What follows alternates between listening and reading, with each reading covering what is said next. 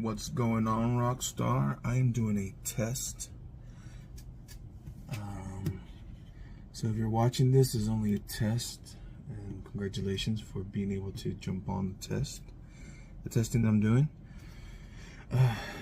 Because I'll be traveling the rest of this month and part of next month, and so a lot of my shows I'll be doing on the road.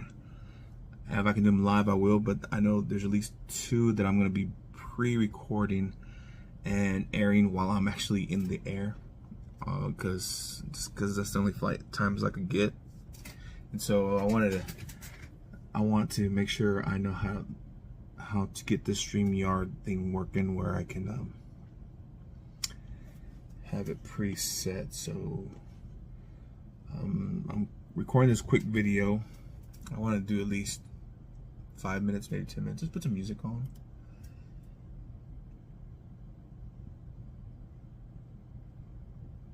Let's see, what do you want to listen to?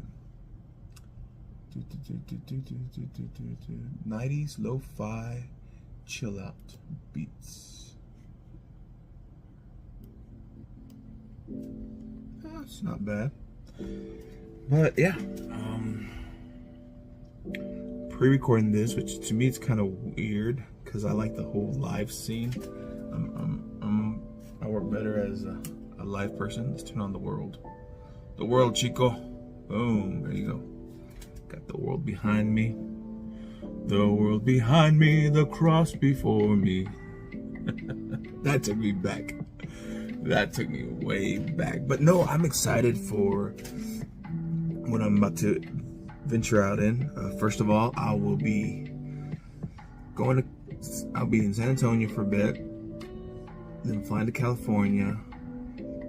Then at the end of this month, I have a speaking gig up in Dallas with Tag Talks. If you're interested, go to my Facebook right now. And here, I need to start promoting that.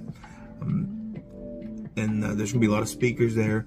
There's gonna be people teaching, especially people who are business minded and want to know how to maximize their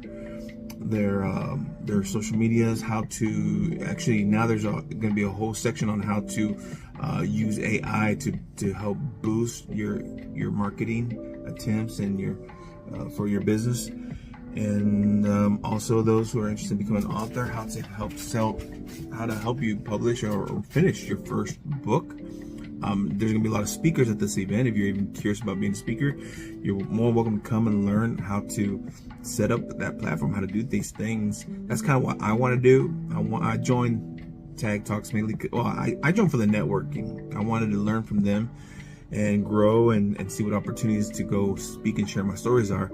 So that's been a great resource. But now this event's gonna be even live, and I'm actually excited for the part where we get to mingle and get to meet and grow and network. So that's exciting me, or it's got me excited. But that's gonna be at the end of the month. So the 31st through the 2nd of September, 31st of August to the 2nd of September in Dallas, Texas, the Radisson Hotel, I believe. There's still time for you to get a spot. If anything, it's just to be there in the presence of all this communication and speaking and motivation and inspiration and empowering and just practicality, things that could be beneficial to any dreamer, any leader, anyone who's at least trying to start their own side hustle or business. But it is focused for speaking. So even communication, communication is something that's very important for any industry. How to back in college, I remember that's one of the first rules of communication they teach you. They teach you the model of communication, how it's set up. On one hand, you have the communicator, the person with the message. Then you have the message that you're delivering, and then you have the receiver, the audience, the people it's meant for. But that's the simple model. The speaker and the receiver and the message, those are the 3 parts needed for a good communication. However, there's a thing called noise. There's another model that shows a bunch of noise that falls in between, and the noise is what causes the message or could cause a message to be lost and not hit the target audience. Now, the noise could be, obviously something like background noise. If it's too loud, it might be too loud. Let me drop it down. Like, it could be a physical noise, music, something loud that doesn't allow the speaker, the message to go through or be heard by the other person. Now, some noises could be environmental. There could be or physical as far as there's distractions, things like something. Let's say you're trying to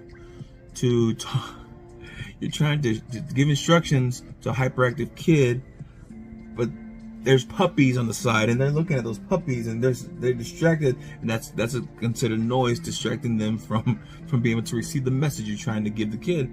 Other noises could be in the way that the communication goes through, or even it could be emotional noise. It could be psychological noise. It could be the person is not there yet, or is not fully awake yet, or is really hurt by something else. And have you ever been in a situation where someone's talking to you, but you have you're so deep in thought that suddenly they're like, "Hey, you listening?" You're like, "Oh, I'm sorry, what?" You see, it's not like there's anything physically blocking the message to go through.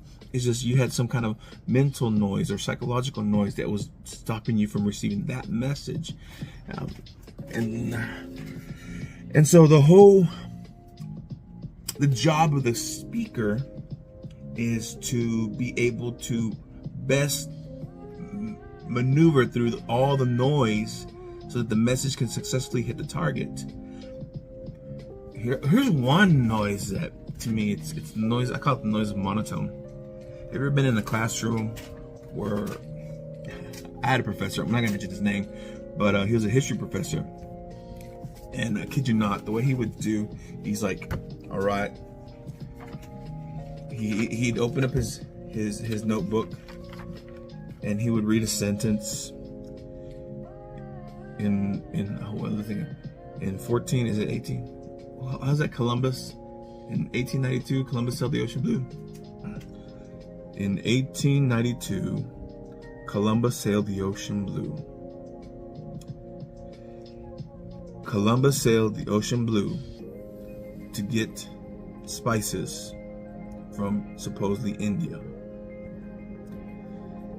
To get spices from supposedly India, Columbus had to gain permission from, that's kind of how he basically just read. He had his manuscript, his whatever information, and he would read 2 lines, then he would repeat the second line and read the next line and repeat the second line, and he expected us to write word for word everything he dictated to us. So you were there writing basically your notebook, your is a copy of his manuscript, and his tests were basically that. But that's the way he did it all the time. For some people, that's considered monotone. But here's something else that to me is considered monotone. Being in speaking, especially in the church, I once had a minister that I worked with, and it was funny because he was a passionate guy, and he would start his message, and then he would build it up. He'll ramp up, he'll ramp up, he'll ramp up, he'll ramp up. And then once he ramped up, then he just stays there like, and this is this, and this is this. And the rest of the message was all on the high note. To me, I get it, because you got to add variation, fluctuation. You got to add pauses. You got to add speed. And that whole mastery of communication is what engages people. And of course, a lot of people understand that you got to be able to go up there and get the energy in there. But if you just stay like, to me, it becomes like the consistent sound of an airplane engine, just, and to me, eventually becomes noise, or it just becomes monotone. I remember road trips with my nephew. He loved playing music, and I have nothing against music, but he loved playing music loud. And once you hit certain decibels, to me, it just becomes monotone. I don't enjoy it. It just becomes a constant noise, and it becomes. I fall asleep. I can fall asleep to like a constant loud noise because it's just so. It's not gratifying to me. But anyway, that's an example of noise that could cause you to not be able to receive the message. So those are just different examples. And of course, you got to know your audience and know who you're speaking to. Man, I didn't know I was going to go into this communication aspect. Because the way you talk to 3-year-olds, you might want to talk differently to elderly people, or these people who are older than you. That might have been a bad example. How about people in authority? Like, I wouldn't talk to a police officer who pulled me over the same way I would talk to a 5-year-old who tracked mud into the house. Do you know why you pulled me over? Like, do you know why you pulled? Do you know why I let you pull me over? You have any idea why? You know, that attitude is not gonna fly with that police officer. You gotta have a sense of respect, a sense of yeah. You just gotta know how to communicate with your audience. So that's been part of the magic too, because the message, you can always change it to fit the need. And as a speaker, as a minister, I've always learned it's about simplifying the gospel, but at the same time, you can't make it too simple, because there's going to be some people that they're going to be like, what is this? This is not meat. This is just milk. But at the same time, you can't have too difficulty, because then people who don't know the gospel will be like, oh man, that's too complicated. I don't know if that's for me. If I have to put that much thought or that much complication. So, you know, you got to understand who you're speaking with. And of course, you got to find the happy medium. But more importantly, it's about noise. It's about a good communicator knows how to, of course, use the tools that you have, of your voice, of your tone, of even eye communication. And body language is also a great way to implement those tools. Because imagine this. I remember one professor was talking about,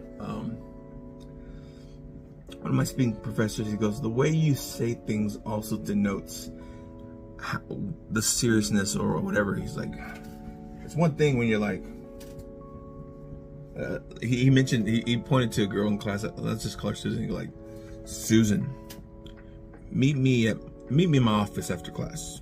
You know, that's seriousness. But what if he turned the tone and went, Susan, meet me in my office after class? You know, that just changes the whole tone, you know. So you also got to be aware of your fidgetedness or what or mannerisms or quirks or anything that you do. I mean, again, don't change to change people, or don't change for other people's sake, but be intentional, you know, get to know yourself and understand what quirks you have or mannerisms. I remember my dad used to always, he would speak and he would, like, when he stopped at the pause, he always go from the pulpit. I remember one time I was doing announcements and I just like did it for the same thing, like, and my sister's like, do you know you did that? Like, actually, yeah, because dad does it all the time. Anyway, I'm just rambling right now. Okay, I got about 13 minutes going. So I hope this little test live, if you found any value in this, gives a thumbs up, gives a share, gives a like, whatever. Remember, ladies and gentlemen, boys and girls, we have Hey Rockstar podcast live every Wednesday at 5 p.m. Central.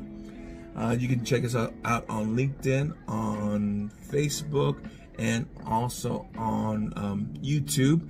And every now and then, I will try to have my iPad and I'll do a backstage for Instagram, which has been kind of okay, kind of cool. I don't know. I'm just putting things out there because at the end of the day, it's about creating content. It's about providing value, sharing the stories of other business owners, all in the spirit of bringing value to you, the individual who's thinking about it, who's considering starting your own hustle, your own business, your own what's it called? Another stream of income. So all in all, we want to provide you entertainment, encouragement, and empowerment so that then you can go and become the rock star of your hustle or business. Do you need me to put the shades on so I can stay on brand? I would gladly put my shades on to stay on brand. Bam! And you know what? Also bring in my co-star, Miguel. Check out the reels. I'm trying to put Miguel into more things just because he's part of the brand too. So until next time, Rockstar, much love, many blessings. This has been a test of, not a test, yeah,